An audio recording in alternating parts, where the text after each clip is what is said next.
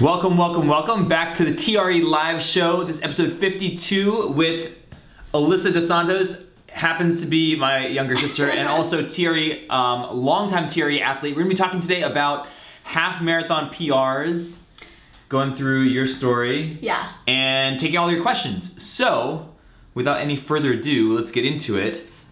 I have to say that I'm very happy to have you here because last week I had to do everything completely solo.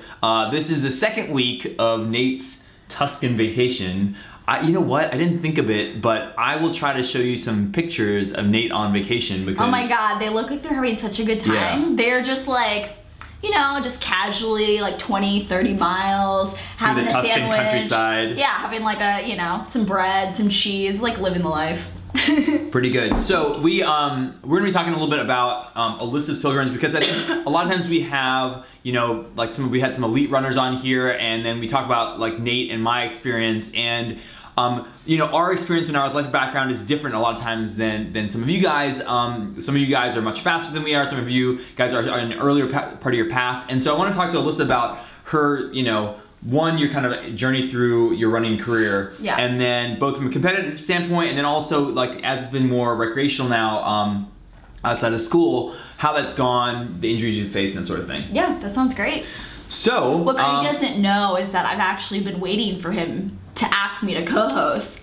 That's right. And it only took, you know, like a year. So one of us actually has quite a lot of experience on camera. A little different than this. Right, yeah. right. So Alissa was a broadcast journalist and on like TV as one of the, like a news reporter? A news reporter, yeah. Right, this is the sign for news reporter. Yeah. So guys, I see a ton of people in the comments. I always want to, you guys, oh my gosh, I see so many names that I know. Ed, what is up? Hello from Anchorage. Hey Heather from Denver. David Friswell, good to see you, man. From soggy South Florida. Yeah, what does that mean? Is it raining? No, it must be. Is it raining? It just must be like swampy with heat, I imagine. Carbide, hello, how are you too? Pedro, what's up, man, from Boston? I'm super excited about this because I'm trying to beat my 2:22 time on a half marathon. Excellent. What was your time that before you did the TRE program? It was somewhere like around there. 1:58. It was like right under 2 hours. It was for the longest time. It was like trying to get past 2, and then with TRE I took off like 10 minutes. And now you're at 1:47. And what was your first half marathon at? Like first ever? Yeah. I mean, my first was in like 7th grade. Oh, right. So it was slower. There are a couple false starts there too. Yeah. We'll get into that in a second. Big Will, hey from Al. Hi all. Okay, I thought you were from Alabama. David Friswell. Yeah, Dos Santos, it's right. We are deep in the Dos Santos on this live show. There are Dos. You're gonna get, exactly. Jeff, how's it going? Wow, they got so many people in here. Kyle, hey, from Louisville. Yeah. Hey, Kyle. Believe it or not, so we're both from Louisville. We both grew up there. Both ran in Louisville, both at Manual High School. Yeah. So David says he's been raining for a week. Ooh. Lizzie runs far. What's up, Lizzie? Good to see you again. Like that screen name, that's great. Oh, you're training for the North Case 50K. So I did that, and Nate did it, but our whole team just about did it last year. I can't say much about the Massachusetts one, but I will say that the one in NorCal was gnarly. I did the 10K version many years ago, and I still think that was one of the hardest courses I've ever run. Are you thinking about doing it this year? Maybe. Are you just running it again? Or? I'm not going to do the 50K this year. It beat me up. You know, the thing is that like I kind of crunched in the training, and I made it through the race. Like it was actually a really fun day, but I just felt the repercussions of it longer and we're going to talk about this as far as half marathon and marathon training, because there's an amount of training that you need to finish the race and to kind of like compete, and then there's an amount of training that you need to kind of do it and to be healthy, and those are sometimes different. Josh from Richmond, Kentucky. We had a couple Kentuckians in here. I know, love it. Richmond. I used to live in Lexington before I moved to San Francisco. Oh, great. Kyle said he's seen Dr. Bowling. Awesome. Dr. Bowling is a personal friend of both of us. Actually, he ran with both of us. Yeah, he ran with both. He actually overlapped because we were at Manual at different times, and he was the connector on the cross country team. So. Carrie Hale, good to see you. Zakiah, I think I'm saying that right. My first half marathon is in 2 days. I have some advice for you, specifically what you do in that last week. We've been thinking about making a program about just what happens in that last week of training as well. So I'll give you kind of a download. And Michael Moore says, will losing weight help to get a PR? That is a great question. I'm gonna table that for a second because that's something that I'm actually thinking about myself right now. Madam Treffigen. Guys, for all you guys signing in, we have a ton of people on today. You guys want to talk about the half marathon stuff. Let's first, well, first I'm holding my smoothie. Have you tried the smoothie yet? No. Okay, so Alissa has had variant experiences with my smoothie. I drink it because it's healthy and it is delicious, more delicious sometimes than others. This time I didn't freeze the kale. It was fresh. This is what you made me. And so the kale is really kicking in through there. You can heavy kale flavor.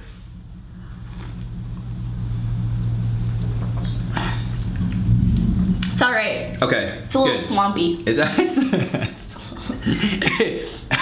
a lot. It's got a lot of kale flavor.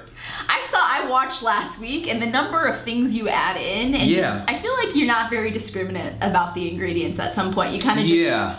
It's a kitchen sink type of smoothie, and my kitchen sink happens to be full of lots of healthy things, and so it's more like shove in the goodness, peel back the taste, and see how it goes. I will say this is a lot of blueberries and strawberries in there, but the kale is just so powerful today that you can't really taste it.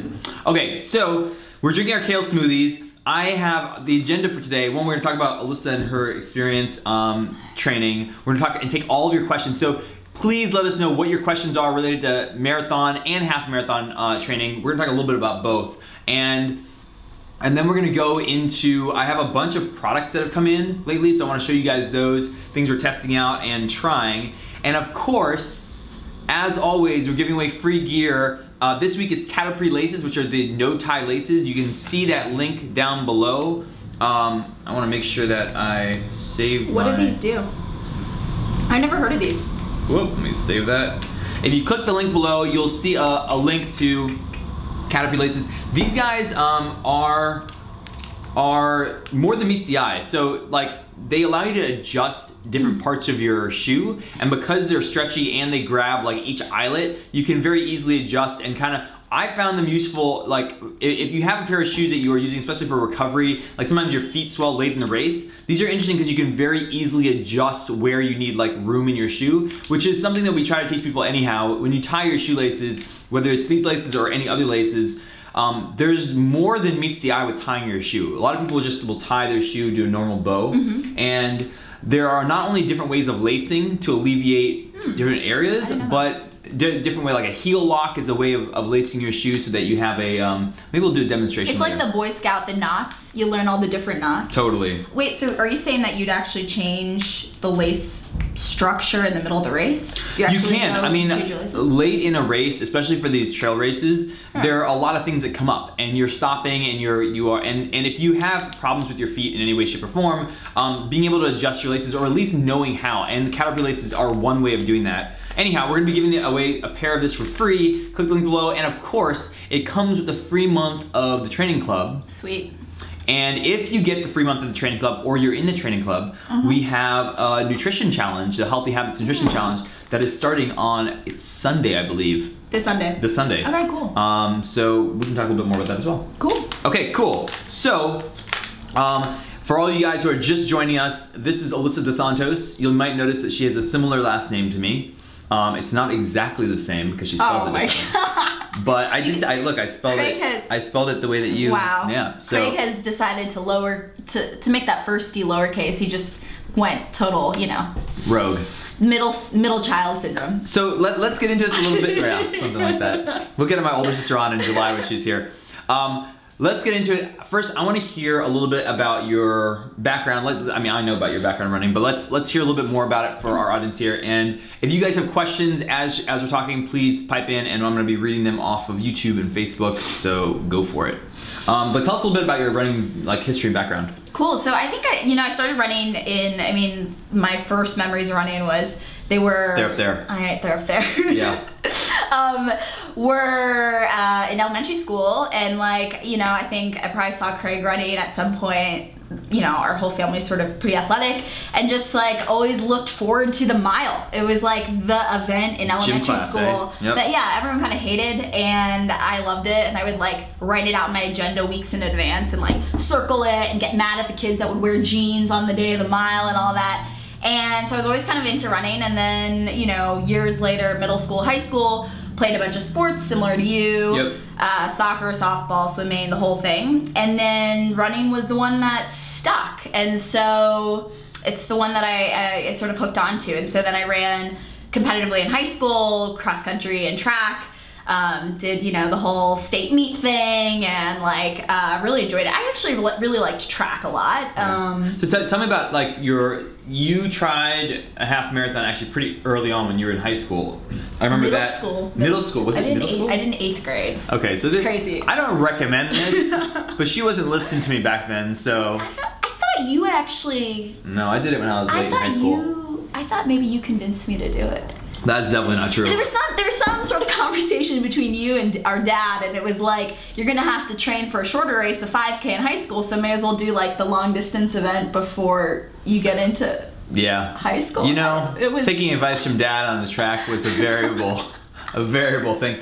But he did have a lot of interplay in terms of us training. So you, and initially I think you had some hydration issues and pulled out of the first one, right? Yeah, so I ran like 10 miles. I think it was in 8th grade. I ran, I think 10 or 11 miles, and then at some point, I don't even remember, I like blacked out, passed out in the middle of the race. My parents were super worried. Not the best motivator to continue, but you how many have you done now at this point? Gosh, I don't know, probably like 10. 10? 10, yeah. Somewhere between 10 and 15. A bunch of other smaller races as well. Yeah. And then you've done a couple fulls? Yeah, just 2 fulls. I did Chicago in like maybe 5 years ago, 6 years ago, and I barely trained for that one. Also not advisable, but again, she doesn't always take my advice. I don't always. So I didn't do. But you did. You know what? Once I joined up with Nate, you started taking our advice a little bit more. I was taking Nate's advice. Yeah, exactly. And so now she's been kind of training with TRE stuff whenever she's racing again. Wow, I see a whole bunch of you guys coming in, questions, tips on a tibia stress fracture. We can talk about that. I'm gonna start rolling through these questions I'm gonna roll through these questions as we go because I see some of them popping in, but keep going and we'll get to almost all of these. So what was that one that I had at the front? Trying to get under 222. Okay, so trying to get under. So the 2-hour marathon, half marathon mark is a common goal for people because it's just I believe it kind of resides somewhere in the plane of, hey, are you trying to make it to the finish line? Yeah. In which case, like a lot of times that is over 2 hours, or are you running through the race? Because in order to hit under 2 hours, you have to be, you are driving toward a goal. You're not like stopping and chatting. Yeah. You're not like, it is a continuous race effort. Yeah. I mean, I think that I personally struggled with the 2 hour, that mark for, there were probably 4 or 5 races. Yeah. And it was just like, 202, 203, 201, like, are you kidding me? And it's like, it all seemed possible, I would say, until, like 9-10 miles in. Yeah. And you're still checking, like, I can still make it, oh man, I can't make it. Yeah. It was just like, so I didn't get past that 2 hour mark until like maybe 3 years ago. Yeah. And then much further past it with like once I started training with you all. Yeah, and so tell them, like, what was the type of training that you did beforehand? Yeah. Before you started doing our program? Yeah, so like I basically, Googled half marathon training program. This was, for years, and followed the Runner's World guide that's online. I don't know if that's still around, but I did that, and then I did the Hal Higdon half training, and I think they have like 2 levels, and so I would alternate depending on where I thought I was fitness-wise, and I would do the first one or the second one, and it was a lot of miles. I think I remember, the program was just like a lot of running. Yep. It was 5-6 days of running, not much strength training. I'm like very typical, I think, long time runner in the sense that like not a ton of strength training, never developed that in high school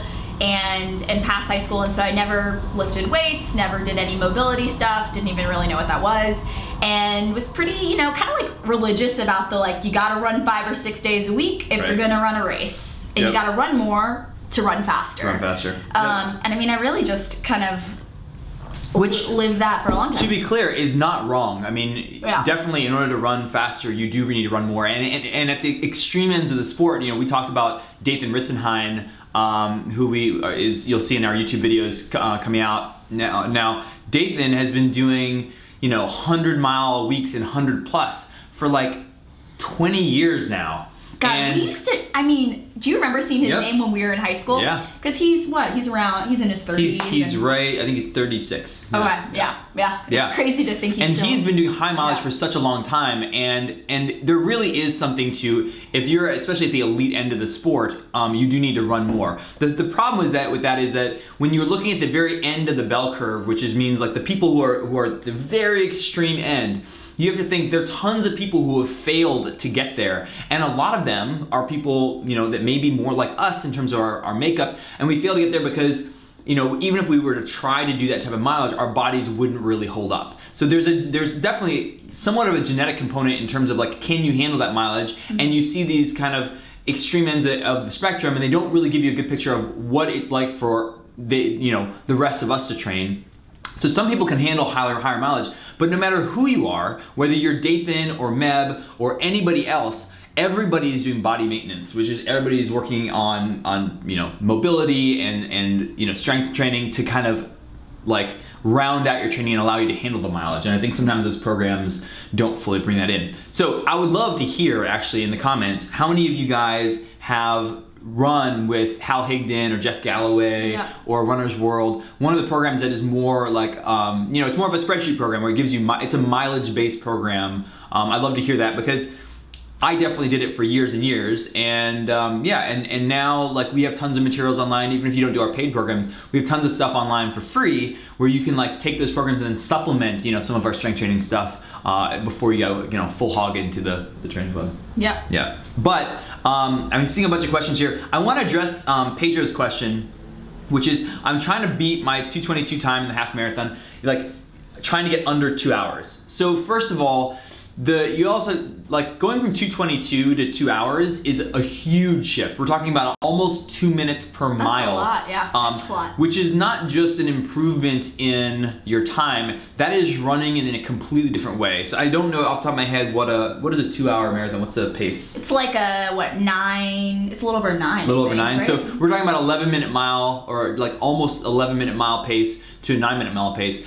So to do that, one, this is not something that's gonna happen magically if you haven't been training at that pace at all. Right. So if during your normal training runs, you're running at like, your longer runs, which might be 7, 8, 9 miles, you're running at an 11-minute pace, it's very, very difficult to drop 2 minutes per mile because not only are you just trying, like you're gonna be trying harder during the race, but your actual biomechanics are gonna have to change to go from 9 minutes to 11 minutes. So one of the things that I would suggest is if you are in the arena where you need to knock off like 1.5 minutes, 2 minutes, speed work and hill work can really, really be your friend. Mm-hmm. And whatever part of, whenever you look at a training program, if you're looking at a program that says, hey, run 3 miles and run 5 miles, they're not, like, you need more than that. You need things that are actually like helping you think about your form and something that's actually putting in workouts once a week that are strength training, or not strength training, so our hill or speed workouts. And I think, it's like a confidence thing too, right? Yeah. There's like what you see in your watch, but I mean, for me personally, it was this like,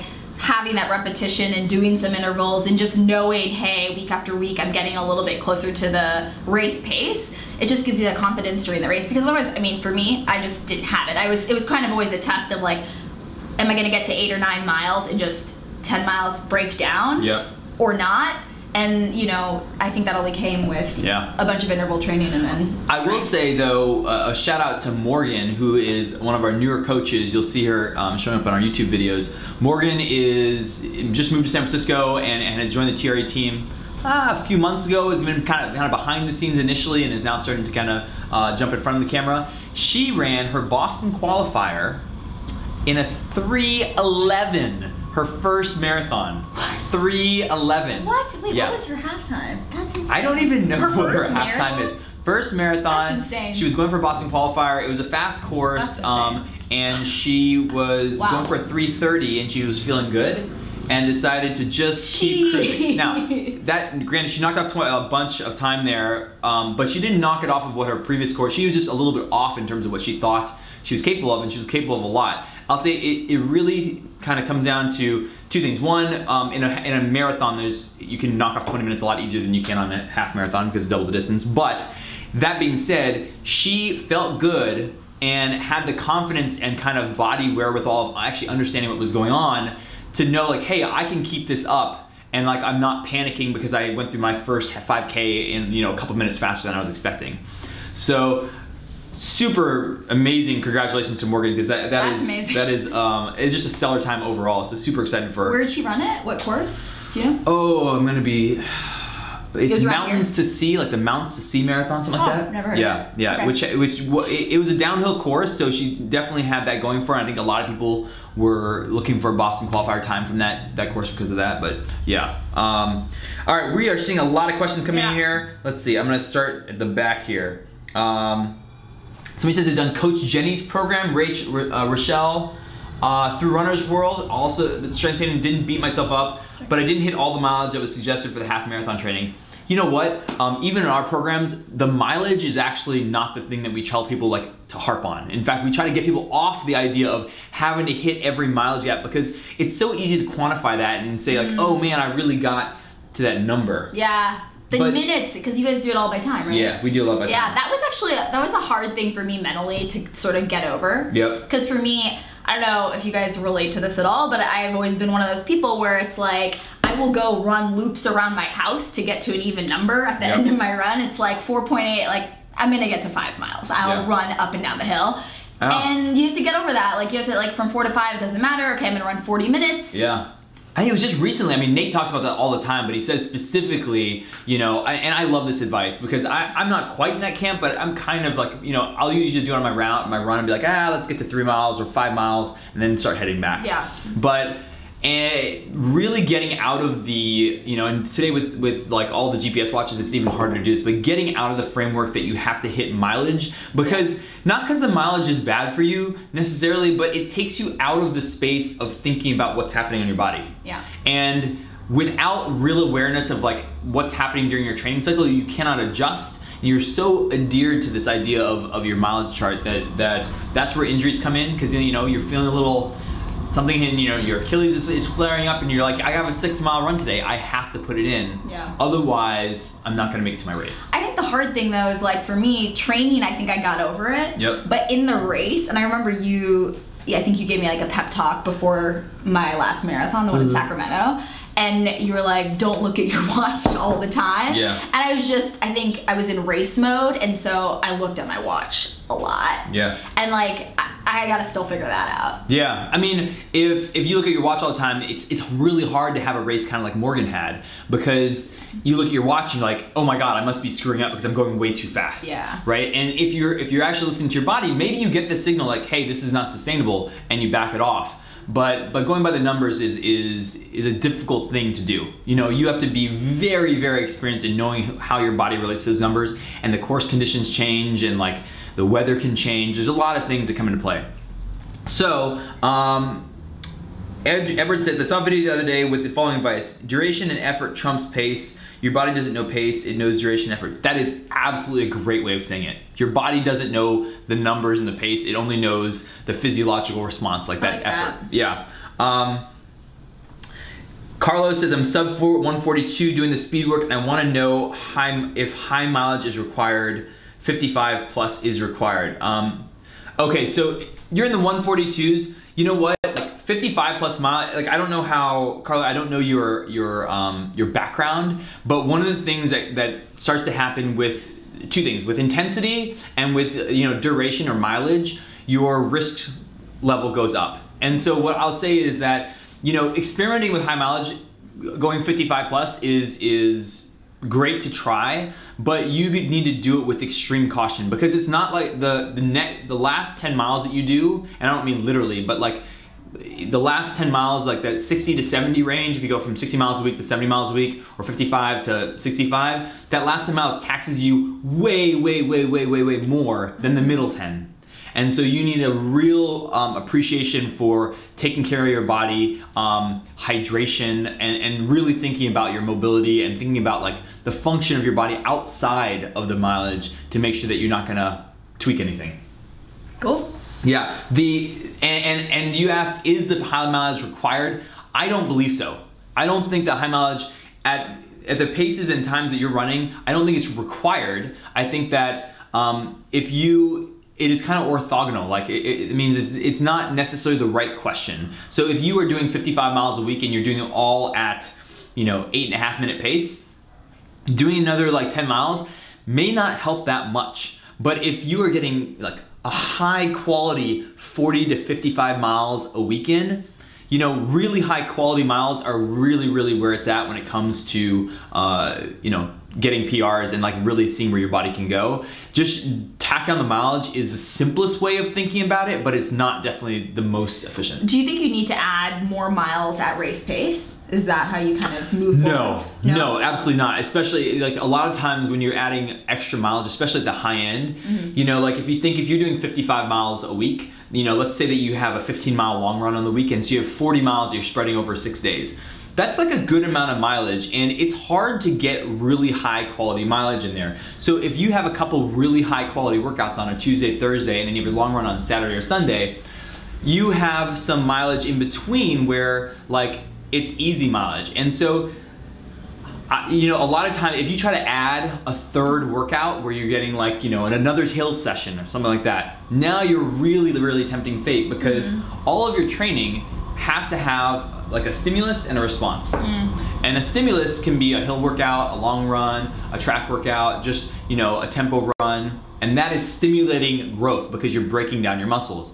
You also have to have an adaptation response, which is you need to have the sleep and you need to have the rest in order to kind of actually see the benefit of that workout. And so if you are adding another higher mileage, the risk becomes, hey, that quality mileage that you were doing in the first 55 miles, now you don't get the benefit of it because you're not allowing yourself the rest and recovery to actually have the adaptation response. Does that make sense? So play with high mileage with caution, and definitely don't slap it on. The old adage of 10% mileage, like slowly creeping it up and then backing off every 4 weeks. That is not true of everybody. Like some people can handle more like faster jumps depending on your history. Some people can handle it with going through a 6-week period before you go down. It really depends, but the general idea that you need to back off your mileage every so often to let your body recover is absolutely true. Yeah.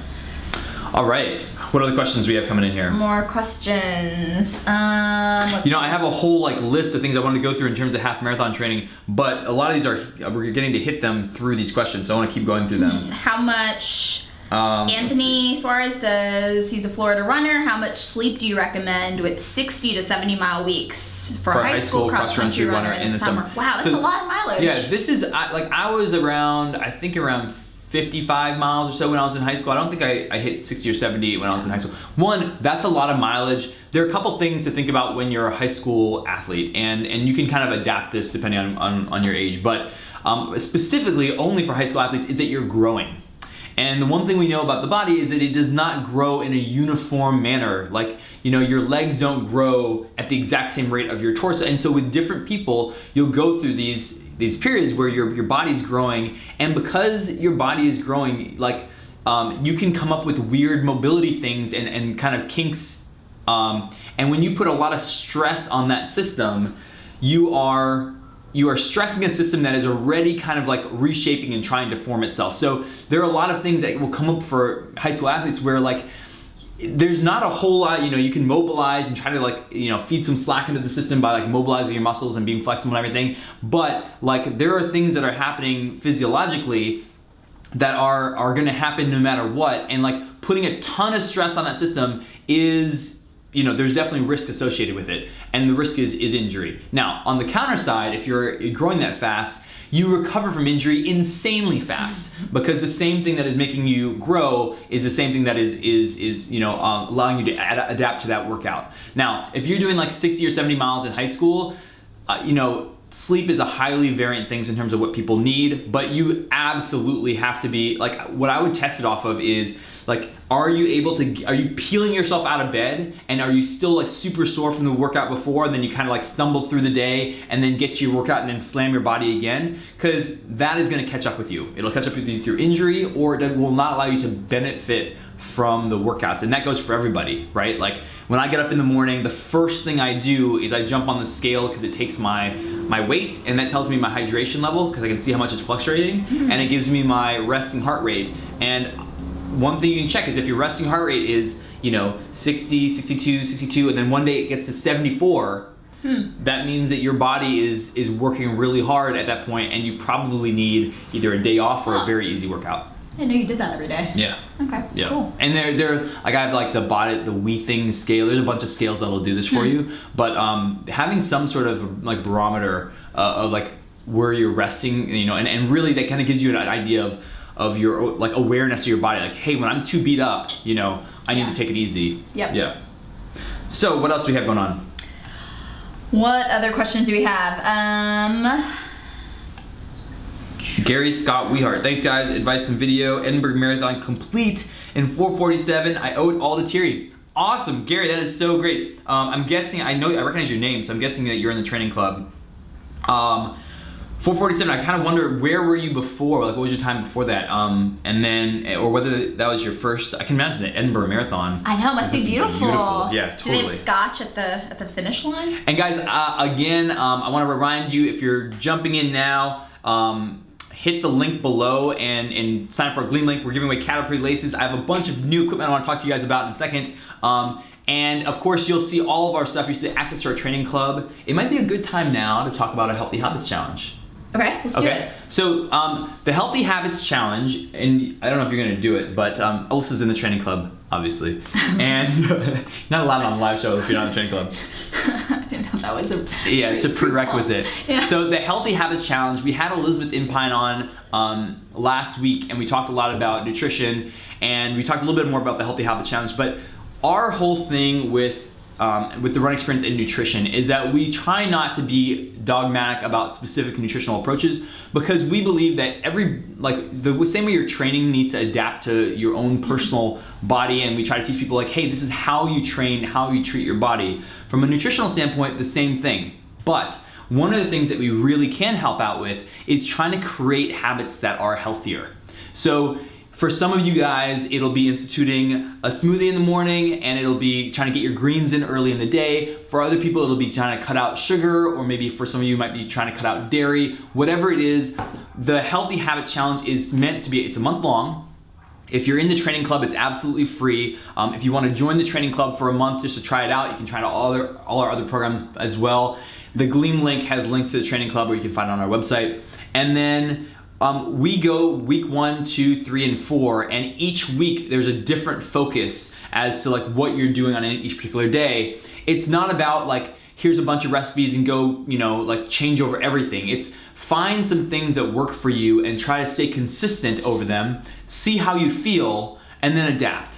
And that is why, like, the Healthy Habits, you know, we updated it, and we'll probably do it multiple times, because you can kind of go back then and see like, hey, last time really what it is, you know, I got into the smoothie thing, or I really found I didn't need to eat as much, you know, meat, and so I found alternative versions of protein. And I think the beauty in our type of nutrition challenge is that we're not saying, hey, do this one thing and this is the only thing for you. We're saying, hey, here are some things that might work. Test them out. We give you some ideas, give you some support. You get help from Elizabeth and from our team, and then see what works. Cool. So, and how do you track it? So it's just tracked in the Facebook group, and yeah. So you can post in the Facebook all your questions, and we'll be posting about the different things that happen every week. There's videos and more content for you. Now I want to talk specifically about health with you, because I know that you've been trying out a bunch of different things, and over the course of the last couple of years, you've definitely tried different things from a health perspective. Yeah. From a nutrition. So what are some things you've tried? What have you liked? what have I liked and what hasn't worked? I think, you know, like I remember a half that I trained for, and I decided to like give up meat for Lent at the time, and I was also training for a half marathon, and I like ran myself into the ground, and I remember like that being a particularly terrible training cycle. And I think what it was that, you know, I basically got rid of all the protein in my diet, and I didn't replace it with anything. Interesting. Which, like, for me is generally a problem when you think about like healthy habits. I tend to eliminate and then not add in anything good. And so I'm just eating less, and then I feel terrible. How long was it before you realized what was wrong? I mean, pretty quickly. I mean, because you can kind of, and I generally, I can feel in my body, you know, it's like 5-10% of my runs where I'll go out and I'm like, I'm not feeling strong. Like my body does not feel like nourished enough to do this hill. And I think one of the things for me is like doing the same route, the same kind of running route from my house. I can tell, we're in San Francisco, right? So there are a million hills, and I can tell based on a couple hills. By like the third hill, I can tell where I am.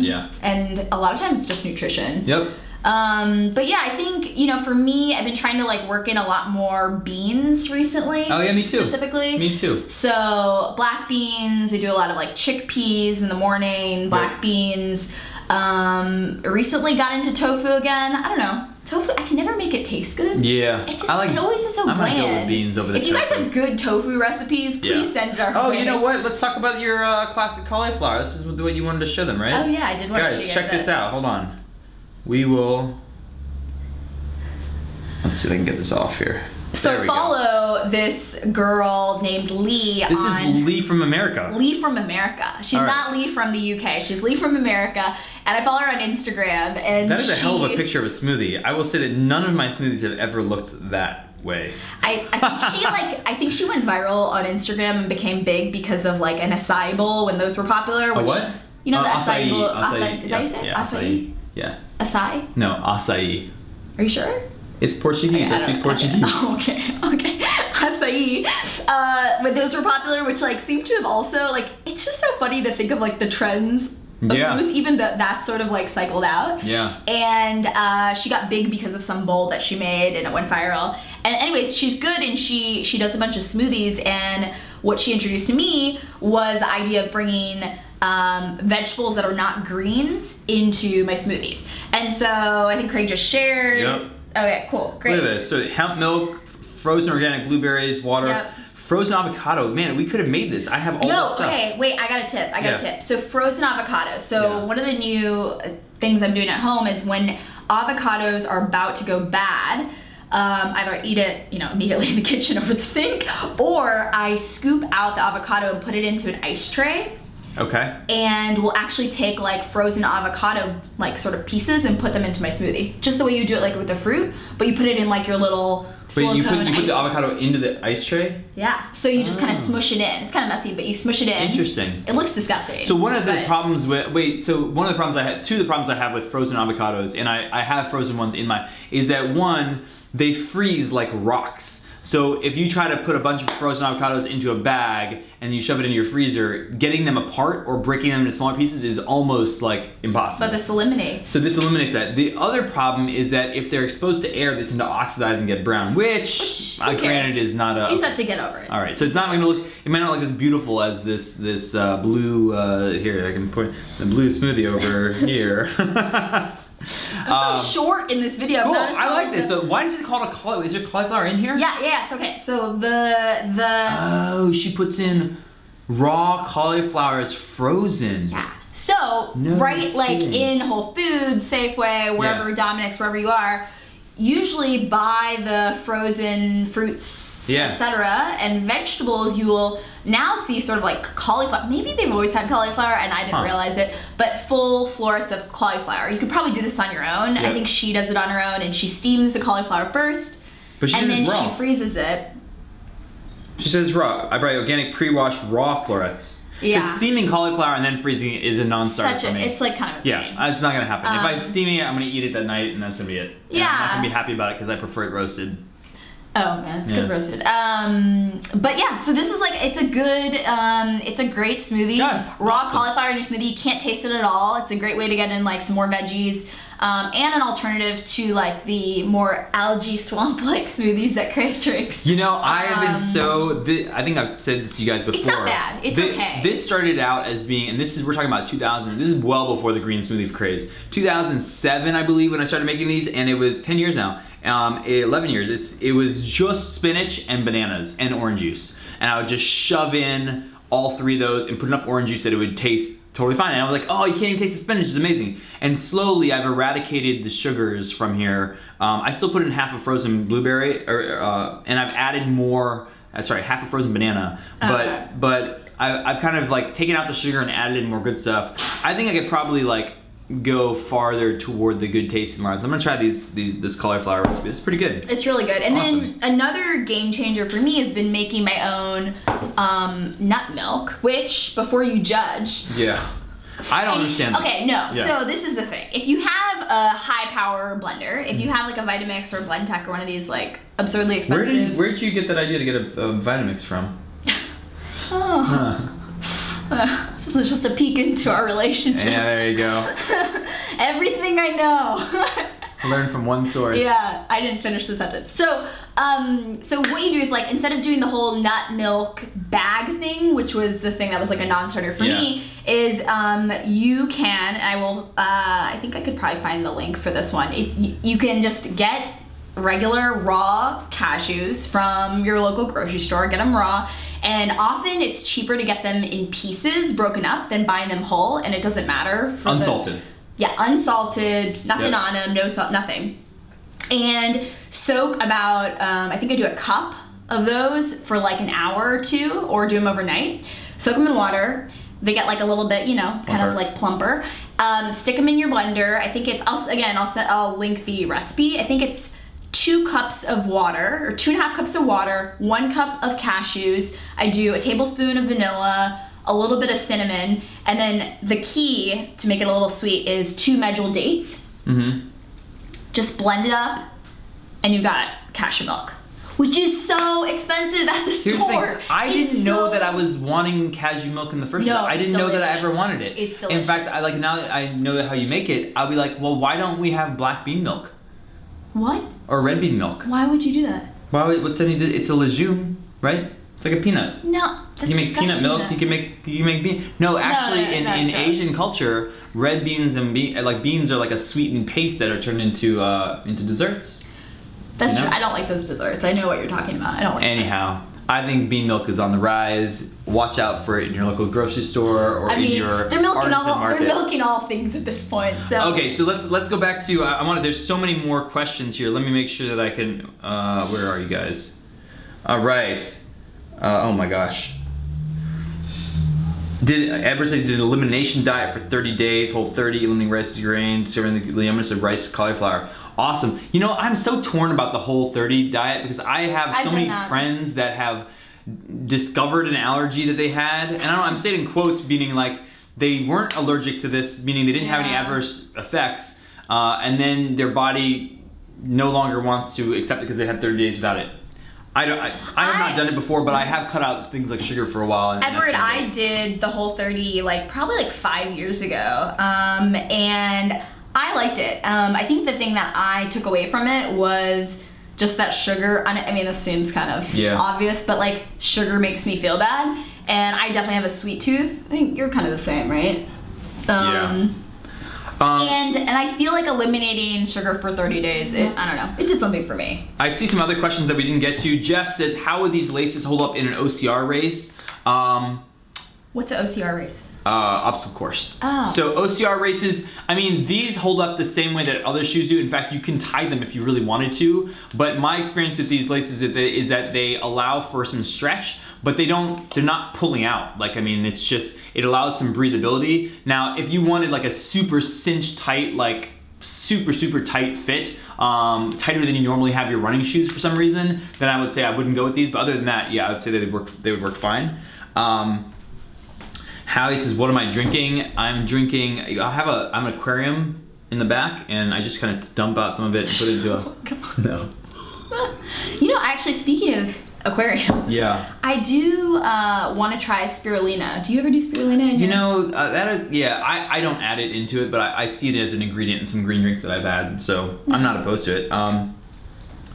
Let's see. Carlos says, if women want to finish a half sub 30, 130, does the training emphasize more speed work or focus on high mileage? What's the minimum mileage and speed weekly sessions to reach this goal? This kind of, I think, Carla, you had another question that was similar to this. Again, I don't think there is a minimum. Now, so you had mentioned 55 miles. Like, I think that's enough mileage. I don't think that there is a minimum unless you're saying like, hey, I'm only running 20 miles a week, right? Like, I want to do like break a 130 in the half marathon. That's not enough mileage, you know. And you'll see both in the programs you can find for free online and our program that the mileage builds up. But you don't need to be running 80 miles a week in order to hit that goal. Granted, a lot of it comes down to the type of quality work that you're doing. Are you doing quality workouts where you actually have that adaptation and response? And then, is the emphasis on speed work or high mileage? It is on enough mileage that you can get in good workouts. And yes, there has to be some speed work, because unless you're coming at it from, like, let's say you had an 800 meter background and you're used to going really, really fast, and that you're kind of, you know, kick it pace, or as my old coach used to say, my dead man walking pace is like 7 minutes. If that's true, like, you're gonna be able to hit 130. But if you struggle in a 5K race to go like, you know, 6:45 pace, you really need a lot more speed work, because you're not gonna be able to sustain.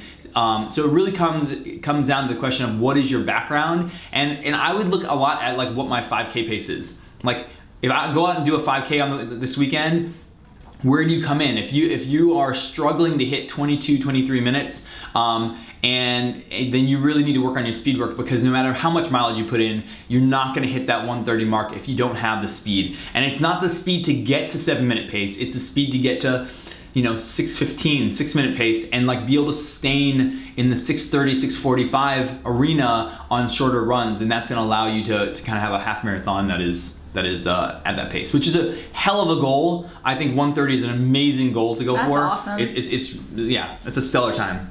Let's see. Edward says, this is aggressive for you. It's true. It's aggressive, but a great goal. I 100% support it. And Jeff says, my current goal is 50 miles a month. I'm a half mile away from this month's goal. I'm running rain or shine tonight. Can't imagine going higher than that for now. That's awesome. Jeff, I would say if you have a personal reason that you wanted to go for 50 miles a month, awesome.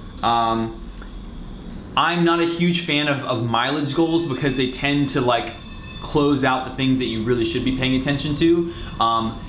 Number of days out running, amount of time spent running, you know, like going for a race. Those are all goals that are you know, mileage goals I think should be reserved for people that have enough background, and maybe you do, where you know that like what your body feels like at different mileages. And so 50 miles a week, 50 miles a month is actually a very sane, you know, I think achievable goal for just about anybody. So I think that's a totally fine thing to do. Joy says she's used Hal Higdon, haven't we all? Kyle says I ran Hal Higdon for my first half and ran at 144 but felt terrible at the end of the race. Hey Kyle, feeling terrible at the end of a half marathon is just part of the race. Like, if you were running hard at the end of 13 miles, you're not gonna feel like a million bucks. But hopefully what we can hope for is to have even, like fairly even splits. So look at your last 5K and look at your first 5K, and like if they're really far off and you're really tanking, you know, take a look at what your training program looks like. Yeah, and I mean, I think for me, feeling bad, yeah, you're always gonna feel bad at the end of a half. But for me, the difference actually after I did your all's program, it was feeling bad, but my body not completely breaking down. And like, I have a look, which you probably know, and you have a similar thing that we both do, where like your head kind of goes to the side. Yep, it means my form is about to disappear. And it's just, it's the same thing from like when we were, you know, probably like 14 to now, and like that didn't happen. Yeah. Shocker that didn't happen. I slowed down at the end of some of my races, but like I didn't break down. Right, that's a very good point. Slowing down but not breaking down means like you're taxed but you're not broken. I want to say, just like, this is not a infomercial for our training club. Our training club, of course, we think is amazing in our half marathon program. We put a lot of time into it. But what I will implore you to do if you are into the half marathon or marathon training plan is examine your workouts so that they include the elements that we include in our program. They should include strength work that is focused on running. It should include like mobility and injury prevention on a daily basis. We're talking 10 minutes, right? Because you are taxing your body. And then one thing that you can find in a lot of programs is some sort of speed work or tempo work. But the question is like, how does that interplay with the rest of your training? Do you have enough of a base to really go off of? And so I think like if you're gonna go and get Hal Higdon's program online, which is fine and a lot of people do it, supplement it with something. Look at our YouTube videos, supplement it with something that is giving you the other elements, because it is a mileage chart of potential mileage to get to the race, but it is not a complete training system. And even I've actually met Hal Higdon, but like, really? Oh yeah. Huh. This is back in the day when he would go to like the Boston Marathon and like big races like that. So yeah, I think that there's more than meets the eye. That like if you're just doing the mileage, you're risking some stuff because you really need to build your body up. That kind of goes to another question that I had seen earlier, which was like how much time it takes to train for a half marathon. This is a very interesting question. That's a good one. Like time per day? Oh, more like how many months ahead do I need to Oh, yeah. I think for me it's always been, 10 or 12 weeks has been like when you start, I've started the program. And I think is your program 10, our program is 8 8 weeks, but we always add a month on beforehand for the either the 30-day challenge if you're intermediate or a beginner running program if you're just starting. And that way you get kind of a base both of like the strength and the conditioning. So I think somewhere in the 10 to 12 week program is good. But again, this hugely dependent on who you are. If you are a soccer player who played soccer in high school, in college, and still plays on a rec team 3 times a week, and you're running all over, you could probably jump in a race tomorrow and finish it. You might not be the healthiest person at the end of it, but the question is like, what is your athletic background? So it's very hard to give a blanket answer. I think a 10 to 12 week program is kind of like the average of where you should be, and people should kind of tend toward having more of a base than less. Yeah. So I think the one thing I would say about like my training with the program, again, not to sound like an infomercial, but was that the mobility stuff that I did in the program was so new to me that I think the magical thing that happened is I think I just opened up my tight hips and my stride got more efficient, and that's how I got faster. Like I don't feel like I was doing very much speed work. I mean, I was doing the hill workouts. Instead of some of the like sort of just like once a week, once interval stuff. But I really didn't feel like I was doing speed work. Like I wasn't getting on a track twice a week and like doing. It's not track work so much as it's just kind of like it's pace work and tempo work, but it's not speed work in terms of like here's 12 400s. But I feel like those mobility exercises, learning them, and then actually doing the thing where what I used to do was a mile into any run, I would like stretch, which is just like some casual stretches. But then through your program is like what I started to do was actually doing like the hip, what are those called? Like the hip circles, hip circles and all that stuff. And I just again like those traditional running problems, like it's tight an amazing hips. Thing. I mean, if you could open up just your hips a little bit, you just get faster. And I mean, it sounds. I mean, whatever Guys, it sounds like, but it worked for me. I'm looking at time here. We only have 5 minutes to do the drawing. So one, click the green link below, enter to do the drawing, and of course we're doing the drawing from last week. So if you're really sneaky, you can find last week's video, live video, because we wait for a week. That way, all the people who are watching this not live can still enter. You're doing this. You're getting category laces, your choice in color, plus a month free of the training club, which includes our Healthy Habits Nutrition program. Only a couple minutes left. I want to quickly go through some of this stuff, and we'll talk about it more next week, I guess, when Nate's back. We've been getting these mobility tools in. This is actually, so pull that other one up there. This one? Yeah, this is from Accu Mobility. You guys probably haven't seen some of this stuff. This is a roller. It looks like a dumbbell. Oh my god, it looks crazy. It's meant to kind of have some constriction and squeezing like your quad or your IT band as you roll it. I will say that they sent us 3 different things. You wanna hold that? Okay.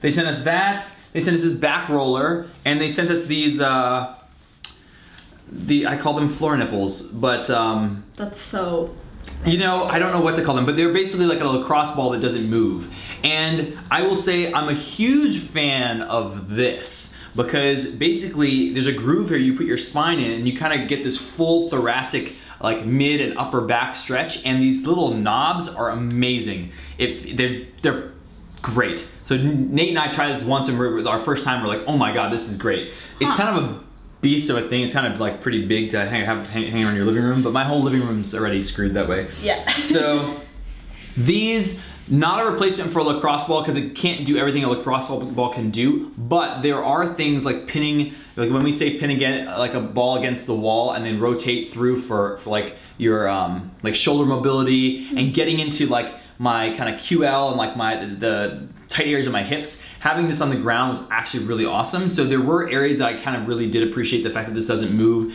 And they're made out of silicone, but like a tough silicone. So like they have some like resistance to them, but not nearly as intense as a lacrosse ball. So I like that. I haven't tried these out, but here, you're like the person that helps me handle all that stuff. Okay, so TREX is the aftershocks. You might remember from our last Bluetooth roundup.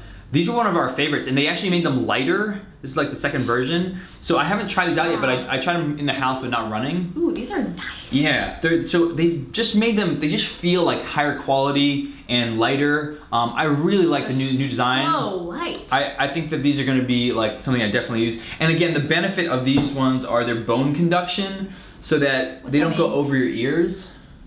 What? How are you gonna hear? So you can hear, but you can also hear other things, which is actually really great. Wow, I always worry about that. So Nate is gonna be a huge fan of that because he likes this. He made those R8 rollers. And then finally, oh, this looks similar to you guys remember the R8 roller, because we talked about it a bunch when we got it. We all like these rollers. They're very expensive, but they have now improved it. This is the new one, this is the old one. Cool. The new one has these springs here, and it's just much tighter, and you just get so much more work done. It is awesome. And so, yeah, these ones had brackets, so still had some resistance. And this one's good too. I don't know, if you had this one, you're not gonna know that this one is that much better. But yeah, so I really like this as well. We're gonna be working on that for the next couple weeks, and then you will see some reviews coming up. Oh, and then we have we shown you guys this, the Theragun? The Theragun is, it's, oh my god. Ready? I think yeah, we showed it to it looks Nate. This is... Here you go, ready? Ow! It can be somewhat abusive, like a blender. but if you do it yourself, it's great. So it feels good. It's loud and it sounds like a blender. Mobility tools coming out of our ears here at HQ. Guys, if you have any last questions, I don't know if we got to everybody's questions, but we have a ton of you guys in here this week. The R8 V2, I love mine. Awesome. Aftershocks rock. Everett is on all this stuff. Let's see, slowing pace on. Dan says, I've been doing this even. Everett, I appreciate you giving us a time check. I see that I've already gone over. Without Nate here, it happens every week. So I'm gonna do the drawing here. Give me 1 second. Any last words on your first live show? No, this was great. So we are doing, last week we did the Healthy Habits and Training Club giveaway because the Healthy Habits Challenge is going out. We have, wow, 1,900, a bunch of people enter this. Okay, so let's look at the winners. Draw the winners. Cool. Wait, so I could win. I watched the show last week. I didn't. All right, Emily, I don't know if that's how to say this right. Emily Sheenvar from New York. Cool. New York, New York. You are a winner of both the Healthy Habits Challenge and a week of the month of the Training Club. And John Duffy from Frederick, Maryland. Guys, I will email you and make sure that you have access before this weekend, and that way you can participate in the Healthy Habits Challenge. Guys, if you have not figured out the Training Club and Healthy Habits access, like, go to our website. There's like a 7-day free trial. If you want, you can just do the first week of the training of the Healthy Habits thing for free. See if it works for you, and then decide. And of course, next week, you guys will be so happy to know that Nate will be back in the house, like back in the seat, driver's seat. Back in the driver's seat. That's exactly Passenger right. seat, I can go driver's back to being a passive observer of this live show, and my co-captain would be back in the helm. That's what I want to say. Thank you so much for joining us. This is like one of my favorite parts about the week, to like actually interact with you guys. And of course, thank you for bringing your questions. We will see you next week. Yeah. Yeah. See y'all. Thank you very much for coming on. Thanks. Appreciate it. Yeah. Alyssa saved me from having to do this by myself, and from you guys having to just look at me. All right, Edward. I know I'm late. I'm gonna shoot through the outro. Ready? Here we go.